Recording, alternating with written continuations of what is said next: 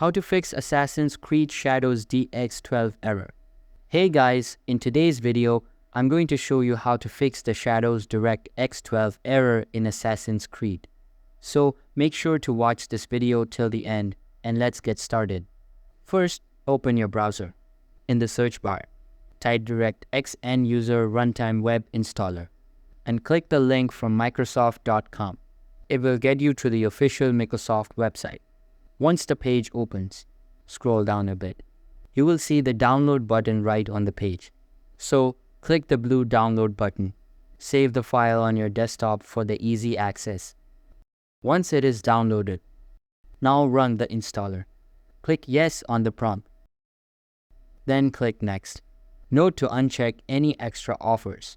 After that, hit Next again and wait for the installation to complete. Once done, restart your PC. Next, you have to launch the game. The DirectX 12 error should be fixed. That's all for the video. If you like this video, make sure to hit the like and subscribe button for more like this. Thanks for watching and see you in the next one.